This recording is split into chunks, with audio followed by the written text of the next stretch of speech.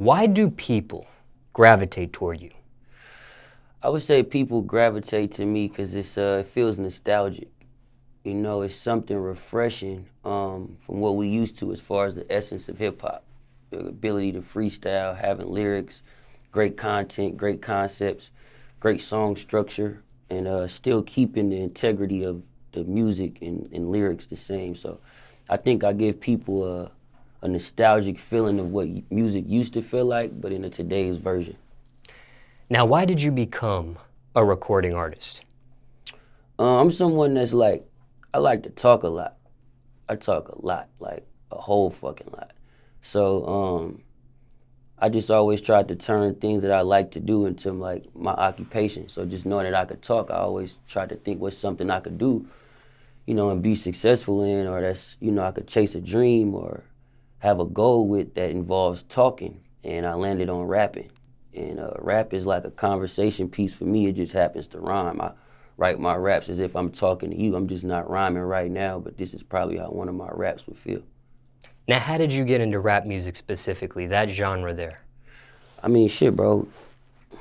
Being black and growing up in urban communities, you got 2, 3 fucking choices. You're gonna either jump in the street, you're gonna play basketball, or you're gonna rap. You know, some people find other tactics, but those is like the main 3 we kind of all fall victim to. So I used to hoop.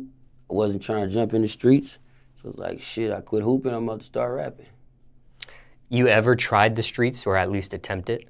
I mean, we all attempted things. We've all done things. We all have a past. I got friends that's still involved in the streets, and that's why I do what I do to help them get out. I'm not someone that, you know, downs the streets or nothing like that. I just think we can all evolve from it.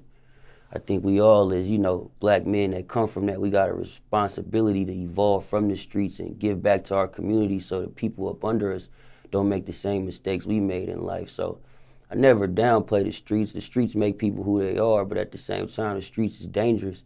And that's a life that once you jump into, like, it ain't no turning back. So I never wanted to jump into something that I can't turn back on if I change my mind on it. With music, I could change my mind. With basketball, I could change my mind. But with the streets, it kind of is what it is, so I stayed away from it. How far did you get with basketball? And I was dope, bro. I had the point record at Deer Valley in Antioch. Shout out to Antioch, shout out to Deer Valley. I held the point record for a minute till my boy D'Angelo Williams dropped 47. I had it at 43.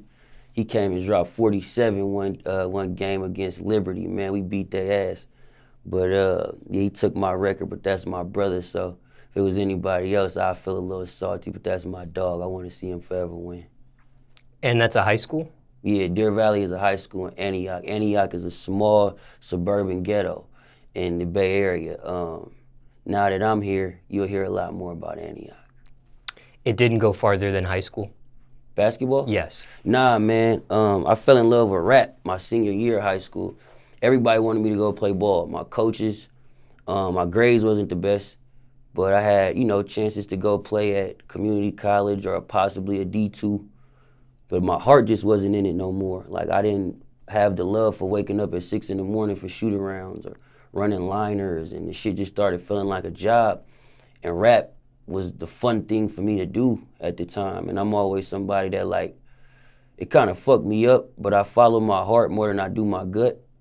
And my heart always tell me if I'm enjoying something and I feel right about it, like, this is what I'm supposed to be doing. So my heart told me to rap.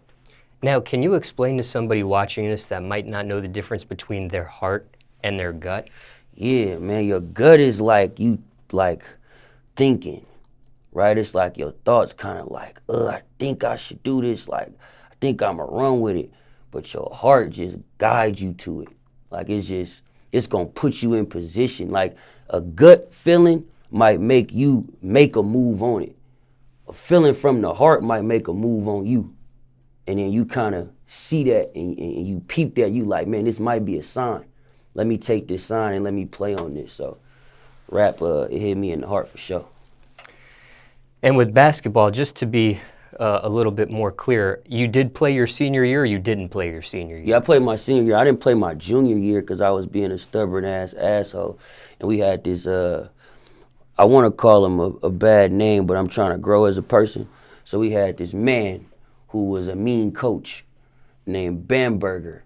And it was a couple other coaches who I didn't get along with. And I thought I was better than I was at the time, so I decided to like sit out my junior year, like that was gonna really do something and like make the whole school be like, come on, Sim, you gotta play. Like we wanna see you play, but that shit ain't happen. But it was cool because that was the year I started really, really rapping seriously, not being able to hoop. When you did play senior year, what position were you? I was a 2 and a 3. So I was a shooting guard. I was a small guard, you could say, 2 and a 3. I could shoot it or I could drive, take you baseline, and dunk on your bitch ass. And you were a starter? Yes, sir. On varsity? Any team I ever played for, from AAU to kindergarten, boy, any team I played for, I started. And that was varsity? Yes, sir. And what jersey number? 21, man. I was 21 like KG. I used to want the 23, but my boy used to beat me to the 23 because you know when you play basketball in high school, they give you your jerseys in alphabetical order and shit. So my nigga had a last name that started with C. So he used to always get the pick before me. That nigga always picked 23, so I picked 21. Did he deserve that 23 number? Hell no, I should have had 23, man. He know I should have had 23. And with 21, is that who you actually liked, Kevin? Is that what you said, Kevin Garnett? Nah, that's who I learned to like because I had to have that number. Oh. Shout out to KG though. KG a real nigga. I actually got into being a big KG fan from wearing that number. I learned that KG was one of the most dominant power forwards to play this game. His skill set, you know, he could shoot it, he could dribble, he could back you down, he got post moves, he got fadeaway, he got defense. So shout out to KG, one of the GOATs for sure. Quite the trash talker, I believe, as well. Oh, the greatest. Him and Rasheed Wallace. And ever had a chance to meet him in person? Yeah, I actually met KG. I met KG like twice. I actually met him at All-Star Weekend one year, and then I met him at an event, some event I was at. I can't really remember, but it was some event. He was there, and I met him. Dope dude, though. And you actually, was it just more than just a dap? Yeah. Was it more than just a handshake? I hang out with like a lot of NBA players. So like Matt Barnes, that's my dog. Baron Davis, my dog. Draymond Green, that's my brother. I be around these guys a lot. Shout out Marvin Bagley as well. And you know, I might be with them at an event, you know, and run into people. So it's not a shocker to run into KG when you hanging out with cool ass Matt Barnes. Matt Barnes has a podcast. Have you had a chance to be? All the smoke, baby. All the smoke, Showtime, baby. Shout out to my boy Jack, too.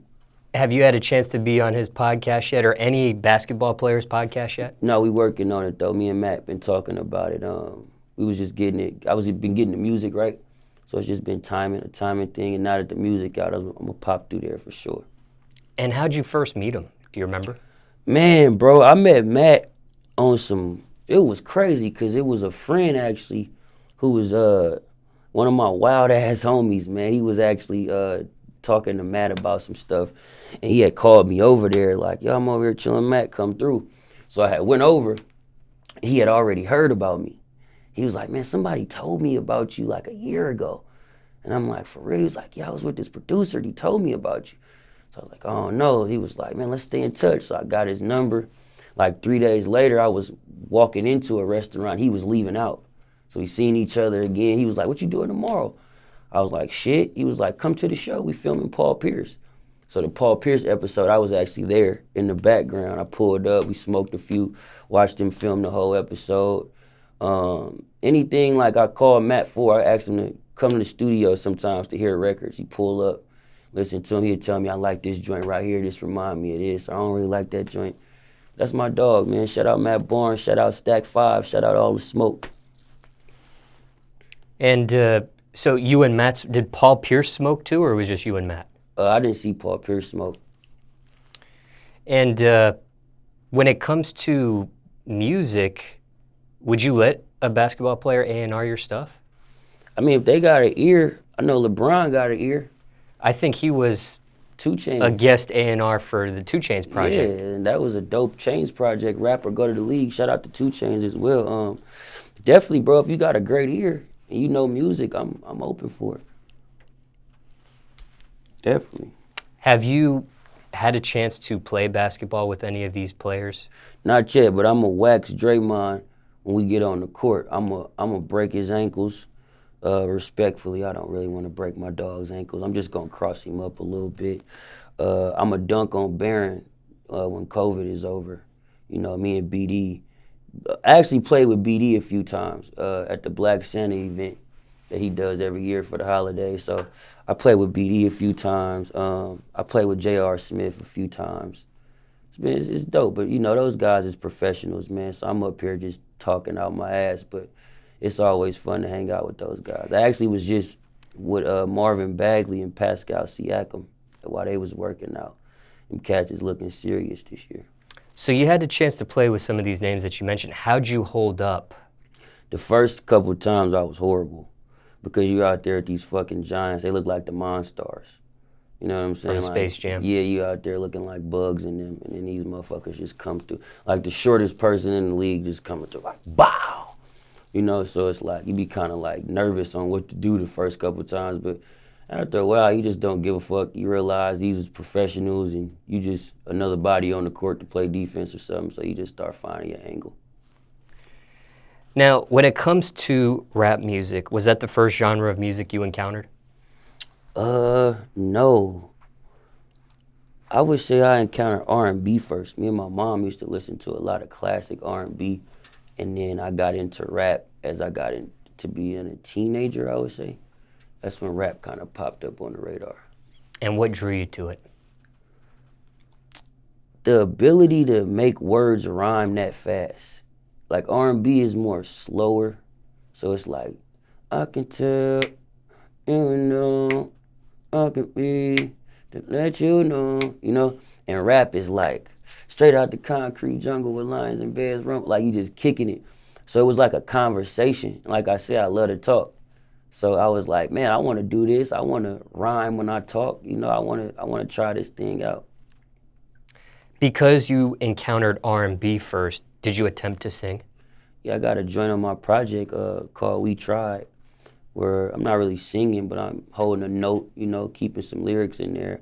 I also write for different R&B artists. The songs may not be great for me, but they might work for someone else. So yeah, R&B is definitely rooted in what I do for sure. Care to share what songs? No, I can't do that. I'm a real ghostwriter. I can't give up the people who I write for. Shout out to them though.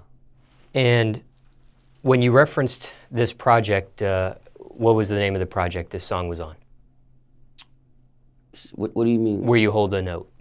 Oh, it's on my project, Don't Run From Rap, that just dropped December 4th today. Shout out to you for bringing me here today. The project dropped, my dog Smallz.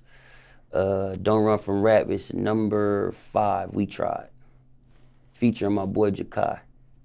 And it's 2020 as of now. Yes, sir. And this was your debut project. Debut, bro. You know, I've had mixtapes in the past, but this was the first presentation, the first introduction to the industry. My first body of work that I'm very proud of and very excited for the world to hear. On Atlantic Records. Yes, sir. Shout out to the team, man. Now, when it came to rap music, was it a certain song or artist that got your attention back then when you started getting into it? Jay-Z, Tupac, DMX, Ice Cube, everybody that was dope, bro. I was influenced by all the greats, man. Anybody that had a dope song and could rap, I was influenced by them. The Locks, you know, Fabulous, everybody, bro. And did you discover these artists on your own, or did someone put you onto them? Sometimes I discover them on my own. Sometimes my homies will put me on. They'll tell me, bro, you ain't heard this, or check this out. One of my homies put me on the Cameron, and then I just started listening to Cameron early, like rocking that. And Cameron led me to Jewels and Jim and Freaky Zeke and Hell Rail, and just went down a rabbit hole with Dipset. Now, of these names you just mentioned here in this interview, have you personally had a chance to meet any of them? Yeah, me and Cam got a song. Me and Cam got a song. Me and Jim just talked the other day on Instagram about actually linking up in the virtual studio. Jim got a virtual thing going on right now where you can record virtually. And we was actually talking about getting on there doing some stuff. But me and Cam got a song that's dope as hell. It's unreleased at this point? Yeah, it's unreleased. It'll be released soon though. A song featuring him or his song featuring you? It's my song featuring him. Why didn't it make the debut album? I didn't think it fit into, it didn't fit sonically with this project. It's a great song. I think for my next project that I'm working on, it belongs there. It will live there a little better, but it didn't fit sonically with this project. Did you try? Nah, I knew just, I don't try to force things just because it's a feature. I'm all about like, what's the best way to present this? And even though that's a great song, I don't think it was just meant for this project. And how did you get a chance to meet Cameron? So shout out to Donnie Meadows over at Star Island. That's who I'm signed to. He actually had a relationship. One of his people had reached out to Cam and told him I wanted to get him on the record because, you know, I rock with Cam and, you know, influenced by Cam. And I made a record that was like, the record sounded like the beat just sounded like Dipset. As soon as I heard the beat, it just sounded like some Harlem, Dipset, New York classic shit. And I just got on there and started doing my thing as if I was like an honorary member of Dipset. So Donnie had heard it and was like, man, we should send this to Cam. I'm gonna reach out. Sent it over. Then Cam hit me in the DM. He was like, yo, man, is this your record? You feel me? Like, I'm like, yeah. He was like, okay, I'm about to fuck with it this week. So he fucked with it, and then like 2 days later, he sent the record back, killed it. So you didn't get a chance to personally meet him? No, we just talked on Instagram. Face to face. I haven't met him face to face. It was a virtual meeting. Yeah. But maybe one day. For sure. Hopefully one day, for sure. Shout out to Cam, the whole Dipset. Now, how did you learn how to rap? Watching people like Cam, watching Dipset, watching Hove, watching that crazy run 50 Cent had in '03. Just studying the mechanics of rap, not just looking at it as something I could duplicate. Not to knock nobody that duplicates things, but I'm just, you know, I try to come up with things authentically as I can. And just watching some of the greats molded me into being able to make dope music and learn how to rap and make dope, catchy lyrics. So safe to say you were self-taught? Facts.